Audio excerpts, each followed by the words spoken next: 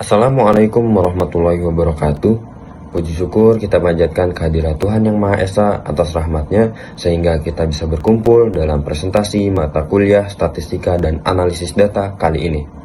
Sebelumnya perkenalkan, nama saya Salman Firdaus yang akan bertindak sebagai moderator untuk memandu jalannya presentasi dari kelompok kami. Pada kesempatan kali ini, kami akan mempresentasikan hasil penelitian kami yang berjudul Hubungan Akses Air Minum Layak dengan Tingkat Sanitasi dan Dampaknya Terhadap Lingkungan. Sebelum kami lanjut ke materi, izinkan kami untuk memperkenalkan anggota kelompok kami. Anggota kelompok kami yang pertama ada Arif Damar Pratama, Devi Natalia Simbolon, Faira Az-Zahra, Immanuel Frederick Yehezkiel Sihaan, Kurnia Anggraini, Nada Syifa, Salman Firdaus, Siti Rahima Hakim, dan Tiara Puji Davelina. Baik, kita akan mengawali presentasi dengan latar belakang. Pertama, akses air minum layak sangat penting untuk kesehatan masyarakat. Artinya, ini adalah dasar kesehatan masyarakat. Air bersih mencegah penyakit dan meningkatkan kualitas hidup akan masa depan generasi kita. Poin yang kedua adalah sanitasi buruk memicu pencemaran air dan menurunkan kualitas lingkungan. Artinya limbah domestik yang tidak dikelola dengan baik dapat mencemari sumber air bersih dan merusak ekosistem serta memperparah krisis air bersih. Poin yang ketiga, 65% sungai di Indonesia tercemar berat, sebagian besar akibat limbah domestik. Artinya ini adalah bukan sekedar angka, ini merupakan suatu persoalan sanitasi yang menjadi tantangan besar untuk sungai-sungai kita. Dan poin yang keempat adalah ketersediaan air minum layak dan sanitasi sangat bervariasi antar provinsi. Artinya adalah akses air minum layak sangat tidak merata antar provinsi, sehingga memicu ketidakadilan sosial serta ekonomi yang dapat membuat hal-hal di sini menjadi berantakan. Terima kasih. Oke, di sini kami memiliki 3 tujuan dari hasil proyek kami. Yang pertama adalah menguraikan kondisi aktual air minum layak dan sanitasi di 37 provinsi Indonesia pada tahun 2024, yang dimana menjelaskan bagaimana keadaan terbaru mengenai ketersediaan air minum yang aman, serta layanan sanitasi di seluruh provinsi Indonesia pada tahun 2024. Yang kedua, menganalisis keterkaitan antara akses air minum layak dan sanitasi, di mana mengaji apakah ada hubungan antara pengaruh antara kualitas akses air minum yang layak dengan kondisi sanitasi di masyarakat. Yang terakhir, menjelaskan konsekuensi lingkungan yang ditimbulkan, yang dimana menguraikan dampak atau akibat terhadap lingkungan yang muncul akibat kondisi air minum dan sanitasi yang ada, misalnya pencemaran, kesehatan lingkungan, dan ekosistem. Jadi di sini saya akan menjelaskan tentang metodologi penelitian. Penelitian ini menggunakan pendekatan kuantitatif untuk mengukur pengaruh dari sanitasi layak untuk akses terhadap air minum layak secara statistik. Data yang dianalisis merupakan data sekunder yang diperoleh dari BPS. Penelitian ini menggunakan 2 teknik analisis data, yaitu statistika deskriptif dan analisis korelasi Pearson. Teknik statistika deskriptif digunakan untuk mengumpulkan, mengolah, dan menyajikan data yang telah didapatkan agar lebih mudah untuk dipahami. Sedangkan analisis korelasi Pearson digunakan untuk mengukur hubungan linear antara tingkat akses terhadap air layak minum dengan sanitasi. Oke, baik. Di sini saya akan menjelaskan tentang hasil dan pembahasan yang pertama, yaitu tentang analisis persentase rumah tangga yang memiliki akses air minum layak dan sanitasi di Indonesia. Di sini terdapat diagram batang yang menunjukkan persentase rumah tangga yang memiliki akses air minum layak dan sanitasi di Indonesia yang sangat beragam di setiap provinsinya. Pertama, pada diagram batang berwarna biru, yaitu pada akses air minum layak. Di sini memperlihatkan sangat beragam persentase air minum layak di setiap provinsi yang berbeda-beda. Pada Provinsi Gorontalo menempati posisi pertama dengan akses air minum layak sebesar 99,28%, dan sedangkan yang terendah yaitu Papua Pegunungan dengan akses air minum sebesar 27,89%. Yang kedua, pada diagram batang yang berwarna merah menunjukkan sektor akses sanitasi. Pada sektor sanitasi ini juga memiliki sangat beragam di setiap provinsinya.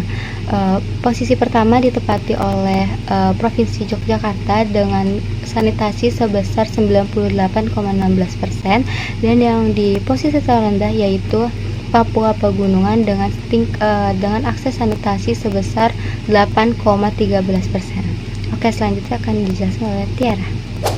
Tabel korelasi menunjukkan hubungan positif antara akses air minum layak dengan sanitasi di Indonesia. Untuk daerah pedesaan, korelasi data menunjukkan angka sebesar 0,673, yang berarti berhubungan positif kuat. Hal ini menunjukkan bahwa akses air minum layak sangat berpengaruh terhadap kondisi sanitasi di pedesaan.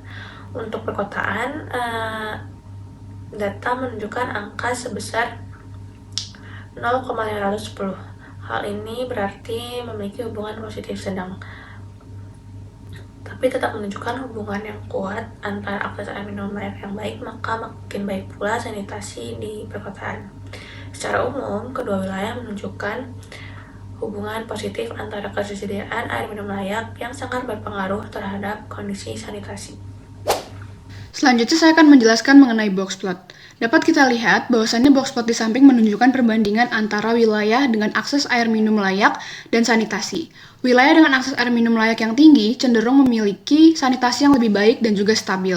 Kelompok dengan akses tinggi memiliki median sanitasi yang lebih tinggi dan variasi yang kecil. Sedangkan kelompok dengan akses lebih rendah menunjukkan sebaran sanitasi yang lebih luas dan juga adanya pencilan yang rendah. Kesimpulannya, pola ini menunjukkan hubungan positif. Semakin baik akses air minum layak, maka kondisi sanitasinya juga semakin baik. Baik, di sini saya akan memberikan kesimpulan dari hasil pembahasan kelompok kami.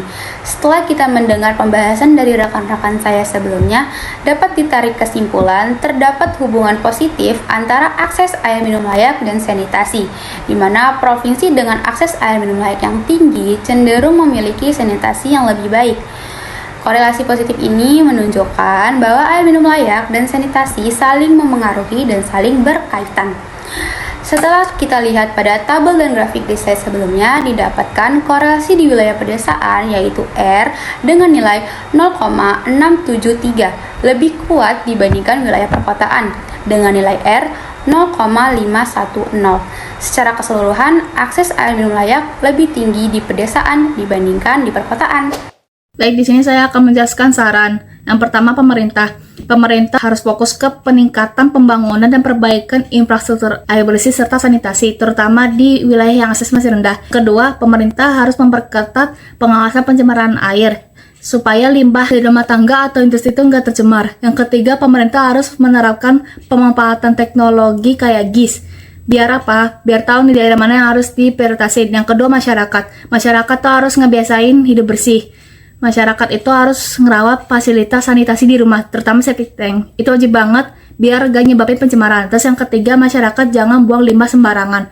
Yang keempat, masyarakat itu harus ikut aktif berpartisipasi kegiatan lingkungan, contohnya kayak gotong royong. Ketiga, untuk peneliti berikutnya harus bikin analisis lanjutan kayak regresi atau model struktural, biar dapat gambaran ini lebih detail sama akurat. Terus yang kedua, penggunaan data time series atau panel itu ngebantu banget buat ngeliat perkembangan hubungan antara akses air minum yang layak sama sanitasi dari tahun ke tahun. Yang terakhir, aparat daerah ini harus memperkuat pengawasan pembuangan limbah biar kondisi sungai dan sumber air itu tetap terjaga. Yang kedua, tingkatin edukasi masyarakat soal hidup bersih dan pengelolaan sanitasi biar masyarakat ini tahu nih cara ngerawat lingkungannya gimana. Terus yang terakhir adalah kerjasama dengan desa, tokoh masyarakat, atau organisasi lokal desa bikin sistem pengelolaan air itu lebih rapi dan juga efektif.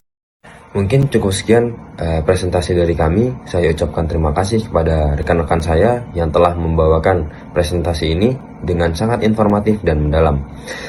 Kita telah mendapatkan gambaran yang jelas mengenai variasi akses air minum layak dan sanitasi di berbagai provinsi, serta temuan adanya hubungan positif antara kedua variabel tersebut. Kami berharap hasil penelitian ini dapat meningkatkan infrastruktur air bersih dan sanitasi, terutama di wilayah dengan akses rendah. Dengan demikian, berakhir sudah presentasi dari kelompok kami. Kami mengucapkan terima kasih banyak atas perhatian dan partisipasi Bapak Ibu dosen dan rekan-rekan semua. Mohon maaf jika ada kekurangan selama jalannya presentasi dari kami. Wassalamualaikum warahmatullahi wabarakatuh.